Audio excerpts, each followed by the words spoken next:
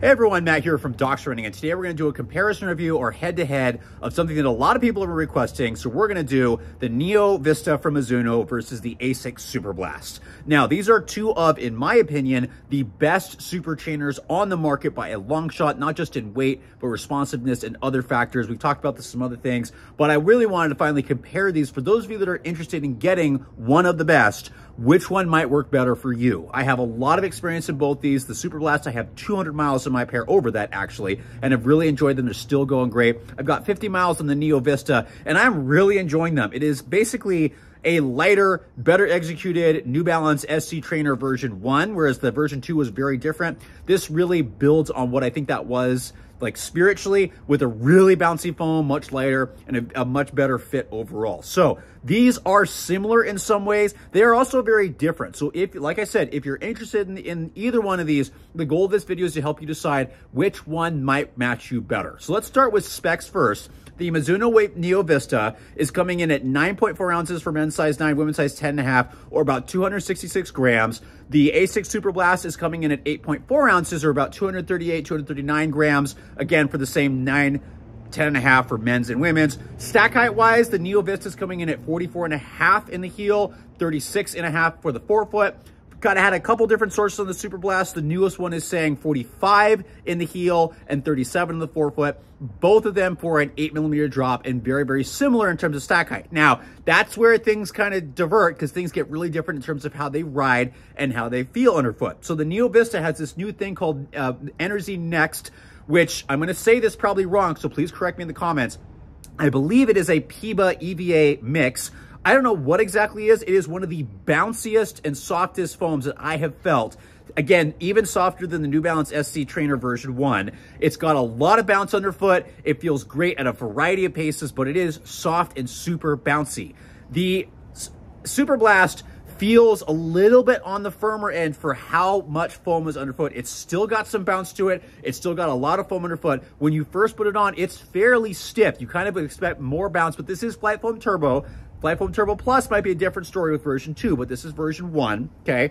It's got bounce to it, but it feels a little bit more controlled underfoot. Not the same crazy bounce, just really good consistency. It can pick up the pace. I've done a lot of half and full marathon workouts in it. I think this is a great alternative to many super racing shoes for those that want to do longer efforts, especially marathon races, and it's excellent for long runs. Again, also can do easy runs because it's not the bounciest shoe on the market. The Neo Vista is where things get different. This is the shoe that I like it, but it freaks me out. It scares me a little bit because it ruins other shoes. It's so bouncy. When I go to put on other things, the other shoes feel dead. That is how bouncy this foam is. Feels great for recovery runs. I have done everything from long runs to like 5K pace efforts. I would never choose this for a 5K, but it can still do those paces because there's so much bounce and it rolls so smoothly underfoot. No hint of stiffness. There's a fiberglass plate underfoot. It's a tiny bit of flexibility. Again, if you need a little stiffness, it's going to be fine. The Superblast, though, even though it doesn't have a plate, is far stiffer of a ride. If you don't want to have any flex of your metatarsal phalangeal joints, your toe joints, the Superblast is going to be the better option because it is a far stiffer ride that does take some time to break in.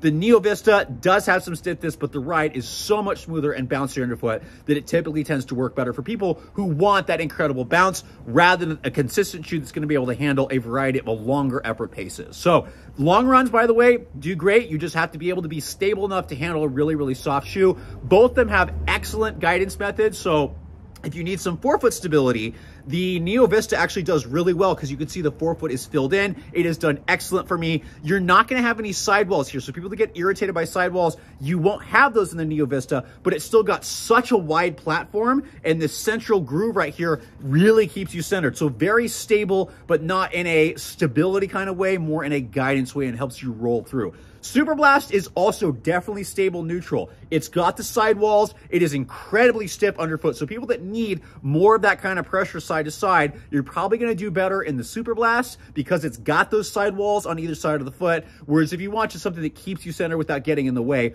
the Neo Vista is going to be the better shoe overall. I will also say durability. These are both excellent. I mentioned some of the mileage. 200 miles, 50 miles, there is almost zero wear on either one of them. I will continue to get miles on Neo Vista, but definitely you'll get your money's worth, which is also something I gotta talk about because other super trainers, way more expensive. These, 200 bucks, 180. I do think the Neo Vista is a little bit better of a deal because 180 bucks for how much bounce you get out of this is incredible. But durability wise, Superblast has definitely paid off and has lasted far longer than multiple shoes have for me in a row. So purchase power, really, really good. I can't say the same for a lot of other super trainers that have worn out fairly quick, but money-wise, these are definitely worth a little extra money because they will last a while, and the bounce and the feel lasts forever. Superblast doesn't actually feel that much different than it did when I first started. It's really good, although it's broken a little bit.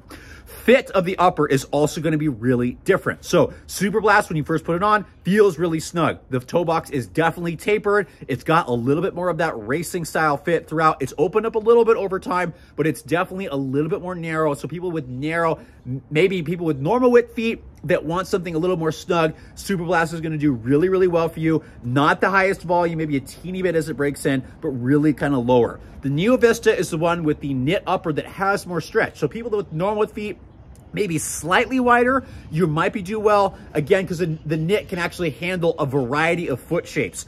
I have not had any issues with this knit, except for one thing that I'll mention. It hugs the foot well, sock-like. I can finally use that term well because they did it well without being too compressed, and it will accommodate a variety of foot shapes. And if you need more volume, you need to stretch out, it will accommodate that. So more normal width, maybe with some edge into slightly wider, slightly narrower, which you'll find here. The Superblast is going to be more niche toward people with want a snug fit or have narrow feet overall. The thing I do have to mention, if you have any issue with heel stuff, there's no real heel count in the Neo Vista, but it stays really secure. The Superblast does have a heel counter. It's decently flexible and a lot of padding back here. The only issue I've had is I've gotten a little heel slippage in the Superblast now with miles, and this piece right here on the Neo Vista has put a little pressure on the top of my Achilles, but right on the calcaneus bone, that heel bone, no issue. So again, different fits, different rides, but two excellent shoes. So if you want something way more bouncy and crazy feeling underfoot, the Neo Vista is going to be a great option. If you want something consistent that actually works really well as a racing shoe because it's light,